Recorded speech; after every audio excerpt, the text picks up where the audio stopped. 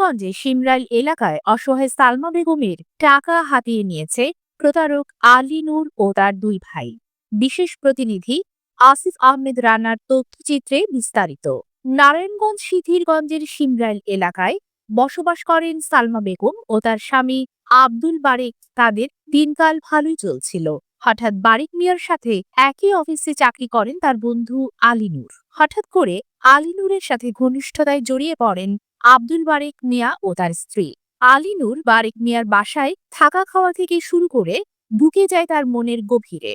আলী নূর চিন্তা করে এই সুযোগে তার কাছ থেকে হাতিয়ে নিবে মোটা অঙ্কের টাকা। তাই আব্দুল বারেক মিয়াকে আলী নূর প্রস্তাব দেয় ব্যবসা করার। আব্দুল বারেক আলী নূরের প্রস্তাবে রাজি হয়। প্রাথমিকভাবে আলী নূরকে 1,50,000 টাকা দেয়। কিছুদিন পর আরো 60,000 টাকার বায়না করে আলী নূর। পরবর্তীতে 60,000 টাকাও দেয়।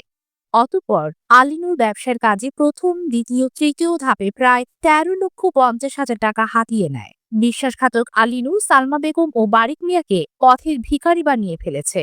বারেক মিয়া ও সালমা বেগম তার প্রতারণার বিষয়টি বুঝতে পেরে সিথিরগঞ্জ থানায় একটি অভিযোগ দায়ের করেন এবং দ্রুত টাকাটা উদ্ধার করার জন্য আইন শৃঙ্খলা বাহিনীর কাছে জোর দাবি জানান। তা বলে ওনার কাছ থেকে আরো টাকা নিতে নিতে এ পর্যন্ত 13,50,000 টাকা নেওয়া হয়েছে। তো এখন ওনাকে তো লভ্যাংশ দিচ্ছেই না, আরো ওনার ক্যাশ টাকাও দিচ্ছে না। উনি ওনার সাথে যোগাযোগ করার চেষ্টা করলে ফোন অফ করে এখান থেকে পালিয়ে যায়। পালিয়ে যাওয়ার পর যখন ওনার সাথে যোগাযোগ করে দেখতেছে উনি যে আর পারতেছে না, ওনার সাথে যোগাযোগ করার কোনো ওয়ে নাই, তখন উনি বাধ্য হয়ে সিদ্ধিরগঞ্জ থানায় একটা মামলা করে। মামলা করার পর তো উনি সিদ্ধান্ত নেয় আজকে যে কোনোভাবে সাংবাদিক এনে উনি একটা লাইভ করবে। তাই উনি লাইভে বসছে। তো ভিকটিম হচ্ছে যে টাকা নিয়ে পালায়ে গেছে, এটা হচ্ছে তার ডকুমেন্ট। তার আমাদের কাছ থেকে টাকা নেওয়া হয়েছে, এটা তার ডকুমেন্ট।